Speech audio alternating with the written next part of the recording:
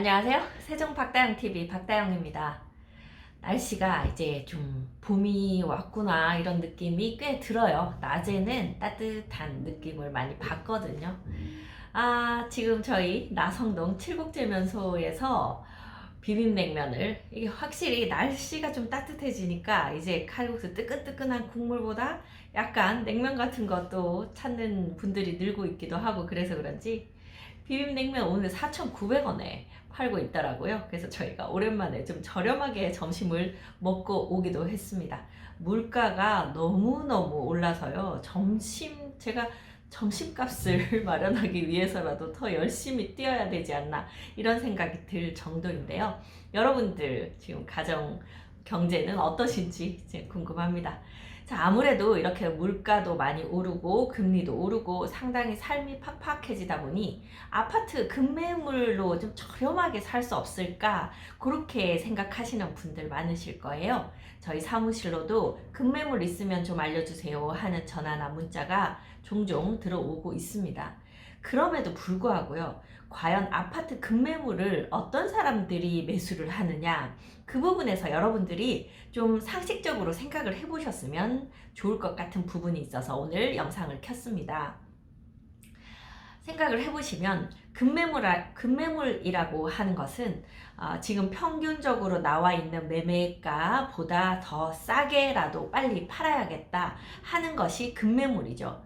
그런데 내놓는 사람 입장에서의 급매물과 찾는 사람 입장에서요, 진짜 이건 싸다 이렇게 생각하는 금액 차이는 꽤 나는 편입니다. 다들 내 마음속에 급매물이 이제 기준이 다르기 때문이죠.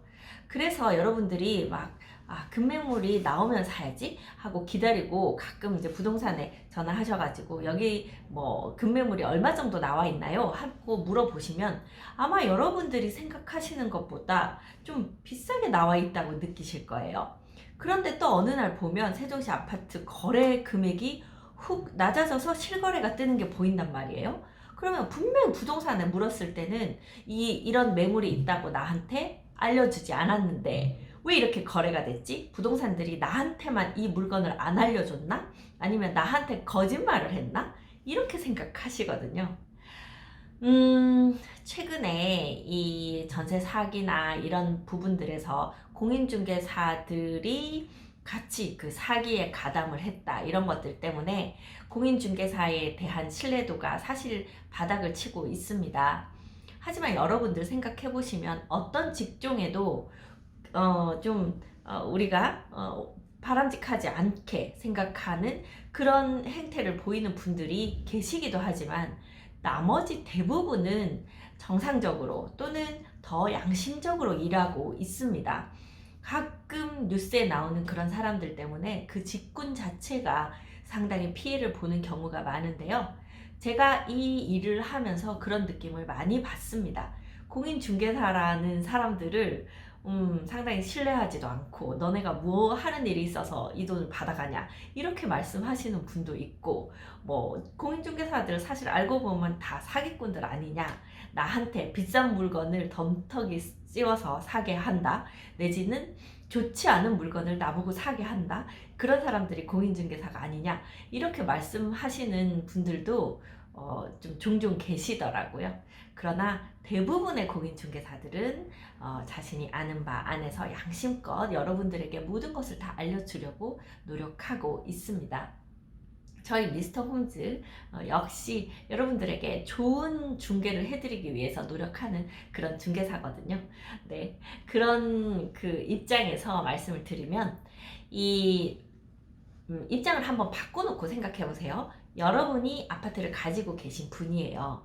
물론 분양가 저렴하게 분양을 받으셨을 수도 있고, 또는 매수할 때 큰 금액으로 이게 상승기 때 매수를 하셔서 또 비싸게 들어오신 분도 계실 겁니다. 항상 여러분들이 물으실 때 그거 분양가가 얼마였는데요를 물으시는데요. 여러분이 만약에 그 아파트를 가지신 분이라고 생각해 봅시다. 그러면 여러분이 그 아파트를 3억에 분양을 받았어요. 그런데 주변 아파트는 다 6억에 매매를 하고 있습니다. 근데 여러분은 그래도 나는 3억의 분양을 받았으니까 옆집은 6억에 팔더라도 나는 3억 5천에 팔겠어 라고 생각하시는 분이 계실까요? 아마 여러분이라고 해도 옆집이 6억에 파니까 나는 6억 2천에 팔아야지. 우리 집은 조금 더 조망이 좋거든. 우리 집은 조금 더 인테리어를 했거든. 이렇게 생각하실 거예요. 그게 상식적인 사람들의 생각입니다.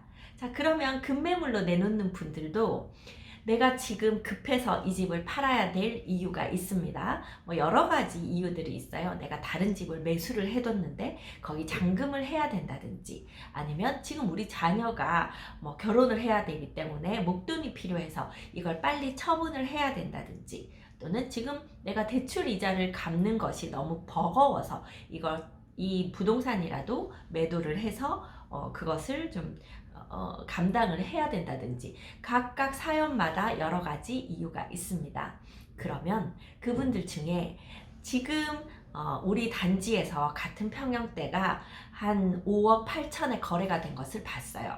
그러면 나는 급매물이니까 갑자기 4억에 내놔야지 라고 생각하시는 분이 계실까요? 안 계실까요? 안 계시겠죠. 여러분이 그 매물 주인이라면 하고 생각을 한번 해보세요. 자, 그러면 나라면 옆에 집이 5억 8천까지는 팔렸어. 그런데 나는 급매물이니까 조금 더 싸게 팔아야, 지금 뭐 계약이 안 되니까 조금 더 싸게 팔아야지 라고 생각한다고 하면, 그러면 내가 한 5억 7천 정도면 팔릴까? 그래서 중개사한테 물어봐요. 제가 지금 이 집을 빨리 팔아야 되는데요, 얼마면 팔릴까요? 막 물어봐요. 그럼 중개사님들이 또 얘기를 해요. 옆에 단지에는 얼마 매물이 나와 있는데 거래가 지금 잘 안 되고요. 지금 어느 집 매매 뭐 얼마까지 손님이 붙었는데 얼마에는 안 팔렸어요. 그래서 한 5억 5천 정도 내시면 지금 아마 거래될 것 같은데요 라고 말을 합니다. 그러면 여러분들은 5억 5천이요? 그래도 저 집은 5억 8천에 팔렸는데 한 5억 6천은 받을 수 없을까요? 이제 그렇게 말씀을 하시죠.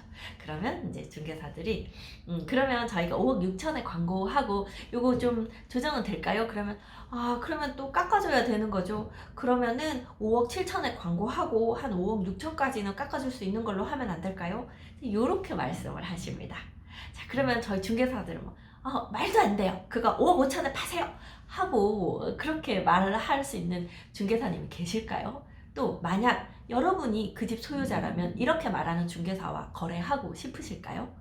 그렇지 않을 거예요. 그러면 저희 입장에서는 가능한 한 지금 거래가 되는 금액은 5억 5천 정도, 어쩌면 그거보다 조금 더 깎아야 거래가 될 수도 있습니다. 그런데 지금 그 고객님은 또 마음이 너무 아파하시죠.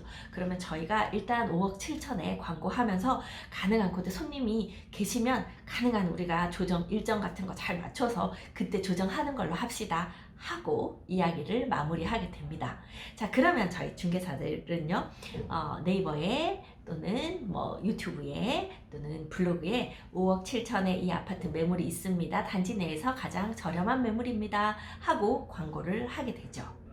자, 그러면 여러분들이 전화를 이제 하신 분이 이 단지에 급매물 없나요? 하고 물으세요. 그러면은 지금 요거 5억 7천에 나와 있는 게 있습니다. 그러면 무슨 5억 7천이 급매물이에요. 뭐 한 5억 되는 거 없어요. 저 5억 이하에 살 거예요. 막 하고 이제 말씀을 하시죠. 그러면 저희가 5억 이하는 힘든데 그래도 일단 한번 보시고 뭐 이제 조정을 해볼까요? 하고 얘기를 하게 되는데 뭐 5억 이하 나오는 거 있으면 전화 주세요. 하고 이제 끊어버려요. 그런 분은 급매물 잡기가 상당히 힘들게 됩니다. 자, 왜냐하면요, 급매물 실거래가 뜨는 원리가, 자, 지금 5억 7천에 내놓으신 분이 계시죠. 그러면 우리 입장에서는, 중개사들 입장에서는 이게 한 1, 2천 정도는 더 조정이 되겠구나 하는 여지를 가지고 이제 손님이 오시면 집을 보여드리고, 또 이 집만 나와 있는 게 아니잖아요. 옆에 단지에 뭐 5억 5천짜리도 있고 또 그 옆에 단지에 6억짜리인데 원래 그 단지는 비싸니까 그 6억이 그 가장 저렴한 매물일 수도 있어요. 그렇게 이제 몇 개를 보여드렸어요. 자, 그러고 나서 손님이 이 5억 8천짜리 집이 마음에 드는데 제가 아무리 대출하고 다 모아봐도 한 5억 3천밖에 안 될 것 같은데 어떡하죠? 근데 이 집이 너무 마음에 들어요 라고 말씀을 하세요. 그러면 이제 중개사들이 그때부터 중간에서 이제 파시는 분한테도 이거 지금 5억 3천원 된다는데 어떻게 할까요? 또 사시는 분한테도 5억 3천까지 깎는 건 지금 이분이 저쪽 잔금을 치셔야 되는데 모자라서 안 되는데요 하고 막 이렇게 얘기를 하다 보면 뭐 중간쯤에서 합의점이 잡히기도 하고, 어떤 경우에는 그렇게 좀 시간을 끌다 보면 매도인이 그러면 5억 3,500에 한다고 하면, 바로 계약금 넣는다고 하면 뭐 그 정도에 팔게요 하고 실거래가 뜨는 경우가 생깁니다. 자, 그래서 여러분들이 급매물을 잡으시려면요, 이게 얼마짜리가 나오면 전화 주세요 하는 분들은 급매물을 잡기가 힘들고요. 자, 일단 내 마음에 내가 어느 정도는 하겠다, 그 다음에 그 단지별로 약간씩 차이가 있다, 조망별로 또 그 집 상태별로 차이가 있다는 그 차이도 인정을 하시고, 그리고 내가 계속 집을 보고 연락을 하면서 이 매물이 내가 요런 조건을 맞춰 드릴 수 있습니다 하고 계속 지속적으로 중개사와 함께 그 집을 공략했을 때 최종적으로 5억 3,500에 실거래가 뜨는 거예요. 자, 그러면 이렇게 되죠. 다른 분이, 아니 제가 뭐 한 5억 초반이면 산다고 했는데 그때 왜 연락 안 주셨어요? 이렇게 저희한테 얘기할 수도 있죠. 5억 초반대에 나와 있는 매물은 없었습니다. 어떻게 5억 초반으로 거래가 가능했죠? 네, 계속 보고 어떤 조건들을 맞춰주고 서로 의논하고, 매도자하고도 의논하고 매수자하고도 의논하고, 또는 한 두세 개의 마음에 드는 매물을 가지고 그 금액이 가능한 어떤 매도인분은 절대로 안 낮춰주는 매도인분도 계시니까요. 또는 이게 이제 처음에는 안 낮춰주신다고 했다가 이번 한 손님 놓치고 두 번째 손님 놓치고 그러고 나면 세 번째는 또 낮춰서 거래를 하시는 경우도 생겨요. 그래서 이게 그 집이 나하고 어떤 집이 인연이 맞아서 거래가 될지, 최저가로 또는 급매물가로 거래가 될지는 저희 중개사들도 알 수가 없습니다. 처음부터 그 금액으로 의뢰를 받은 게 아니에요. 자, 그래서 제가 이제 말씀드리는 부분은요, 급매물을 잡으시는 분들은 중개사하고 서로 어떤 신뢰를 가지고 손을 꼭 잡고 급매물 금액이 되는 금액을 꾸준히 함께 찾는 겁니다. 같이 맞춰 나가는 거고요. 저희도 그렇게 해드렸을 때 뿌듯하기도 하고, 손님들한테 뭐 무조건 이걸 사야 된다 이렇게 하지도 않아요. 물론 뭐 중개사님들마다 중개하는 그런 성향이 다르겠지만, 저희 부동산이랑 거래해 보신 분들은 가능하면 또 매수하시는 분은 그 매수하시는 금액에 맞추려고 노력해드리고, 사실 매도하시려는 분도 무조건 이거 안 돼요, 이만큼 깎아야 돼요 이렇게 말씀드리지는 못하죠. 일단 어느 정도 선이어야 거래가 됩니다 하는 선으로 말씀을 드리고, 가능하면 그래도 매도하시는 분도 너무 저렴하게 되지는 않도록 또 노력을 해드리고, 그 중간에서 그 역할을 하는 게 중개사들이니까요. 결국은 파시는 분도 사시는 분도 중개사하고 꾸준히 이렇게 상의를 해가면서 또 시기를 맞춰가면서 그렇게 최종적인 금액이 나온다, 이렇게 생각을 하셔야 됩니다. 자, 오늘 세종시 아파트 급매물 잡는 요령, 급매물로 실거래가가 뜨는 그 어떤 상황을 좀 말씀을 드렸습니다. 급매물이, 저렴한 매물이 다 이미 나와 있는데 중개사들이 다 알면서 여러분에게 소개를 안 해드리는 것이 아니고요.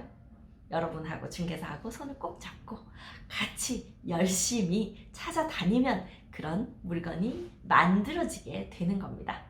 자, 세종시 아파트 급매물 찾으시는 분들요, 여기저기 막 전화했다가 나중에 어느 부동산한테 전화했는지도 몰라서 저희가 다시 전화 드렸더니 거기 어디예요? 뭐 아까 뭐 이 집하고 여기하고 벌써 봤는데요 막 그러는 바람에 저희가 그런 경우 많아요. 네, 여기저기 부동산하고 막 쑤시고 다녀서 중개사들끼리 만나면 그 사람들 그 사람 아니냐 하고 서로 나중에 헛웃음이 나오는 경우도 생겨요. 네, 그런 경우도 중개사들이 그분하고 지속적으로 좋은 물건을 찾기 위해서 일하기가 힘듭니다. 여기저기 쑤시고 다녀서 서로 불편하게 만들어뒀거든요. 자, 중개사들이 중개를 할 때 내가 그 물건을 가지고 있는 경우도 있지만, 지금은 공동중개라고 해서 나한테 물건이 없지만 좋은 물건이 있으면 그 중개사와 또 같이 손을 잡고 일을 해요. 그래서 중개사들 사이에도 협력관계가 되어 있는 중개사들이 많습니다. 자, 그러면 여러분이 찾으시는 물건이 저희 미스터홈즈에는 없지만, 미스터홈즈 세종센터에는 없지만 뭐 미스터홈즈 다정센터에 있을 수도 있고, 또는 저하고 항상 거래를 하시는 저쪽 뭐 당근 사장님한테 있을 수도 있고, 또 또 메이저 오렌지 사장님한테 있을 수도 있고, 누군가가 가지고 있는 물건이 그런 좋은 물건이 있으면 저희 중개사끼리도 그것이 거래가 되게 하기 위해서 정말 피나는 노력을 합니다. 왜냐면요, 거래가 돼야 저희도 수입이 발생하기 때문이죠. 여러분들 보기에는 공인중개사들이 별로 일도 안 하고 그 중개 보수를 받아가는 것 같지만, 계약 하나가 나오게 하기 위해서 그 이면에 정말 수많은 노력이 같이 하고 있다는 거, 여러 또 한두 명만 하는 게 아니라 많은 사람들이 노력을 하고 있다는 것을 여러분들이 좀 알아두셨으면 좋겠습니다. 자, 이제 길게 말씀드렸는데요. 정리하면 이렇습니다. 일단 여러분들이 내가 어떤 아파트를 사고 싶은지 좀 명확해야 돼요. 거주를 하실 건지 투자를 하실 건지, 내가 이쪽으로 출근을 할 건지 아이들 학교를 보낼 건지, 그런 것들에 대한 좀 세세한 내역을 저희에게 말씀을 해주시면 저희가 거기에 가능한 접근한 물건들을 먼저 좀 알려드립니다. 그리고 나서 날짜를 잡아서 같이 이제 투어를 하죠. 그러면서 이제 좀 점점 좁혀가는 거예요. 자, 그렇게 하고 이제 두 번째, 마음에 드는 물건, 동네, 이제 거기가 좁혀지면 그때부터 뭐 저희하고 손잡고, 저희는 또 그 같이 공동중개하는 중개사하고 손잡고, 이렇게 이제 그 매물이 최종 거래가 되도록 같이 열심히 만들어 가는 겁니다. 물론 딱 내가 이걸 이 금액에 해줬으면 좋겠는데 안 될 때도 있어요. 그렇지만 또 이렇게 하다 보면 의외로 잘 될 때도 있거든요. 그래서 중개사들을 그냥 막 끄적끄적 여러분들이 뭐 무슨 이렇게 잔일, 여러분들이 하기 싫은 일을 시키는 그런 어떤 그 심부름꾼으로서라기보다는 여러분들하고 같이 뛰는 런메이트라고, 같이 최종적인 결과를, 좋은 결과를 만들어내기 위해서 함께 일하는 협력자라고 생각하시고 함께 이렇게 만들어 나갔으면 좋겠습니다. 저희 미스터 홈즈 세종센터를 여러분만의 중개사로 고용하시면 좋겠네요. 오늘 이렇게 세종시 아파트 급매물 잡는 방법에 대해서 말씀을 드렸습니다. 저는 미스터 홈즈 세종센터 부동산 호스트 박다영이었습니다. 감사합니다.